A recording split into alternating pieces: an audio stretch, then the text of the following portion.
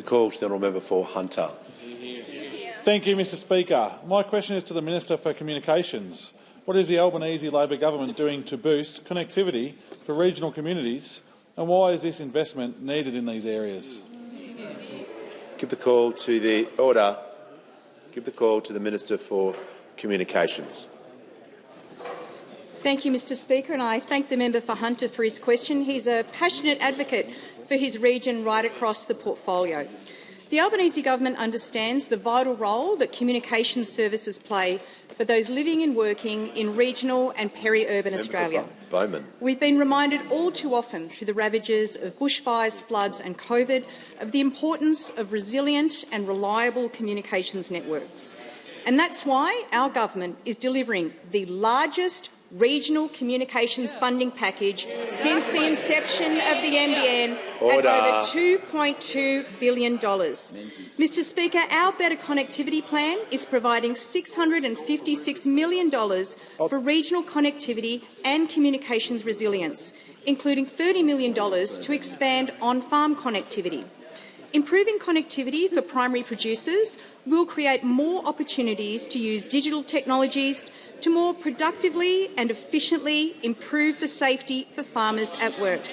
The connected technologies have brilliant practical application, from soil moisture monitoring to automated farm gates. We've also committed $1.1 billion to deliver high-speed NBN broadband with full fibre connections to 660,000 regional homes and businesses, finally fixing the copper mess left by those opposite. Mr Speaker, this morning I joined my colleague, the Minister for Regional Development, and her constituent Margot from the Jerrabomberra Residents Association, who was incredibly excited to have finally received a full fibre NBN connection. After years of advocacy, Margot was elated. In her words, today is a very special day. Margot finally has reliable, high-speed broadband with a fibre connection. Margot runs a branding business and she often works from home.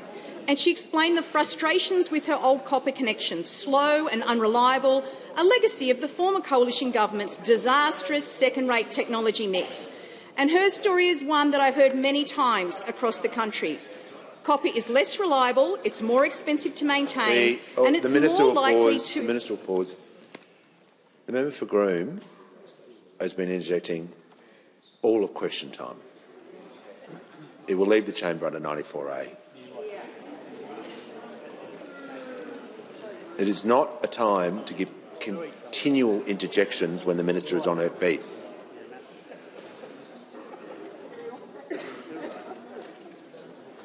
Order. I'm just going to ask the minister to return. Thank you, Mr Speaker. And they're more likely to experience prolonged faults, as Margot and her community have experienced firsthand. Now, as to why these investments are needed, it's because it was not just the technology that those opposite got wrong.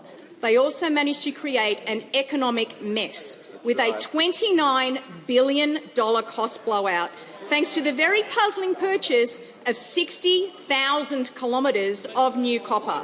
But, Mr Speaker, this government has a clear program underway to ensure that by the end of 2025, 90% of the fixed-line network, some 10 million premises, can access gigabit speeds, which augurs so well for our regions and their ongoing growth.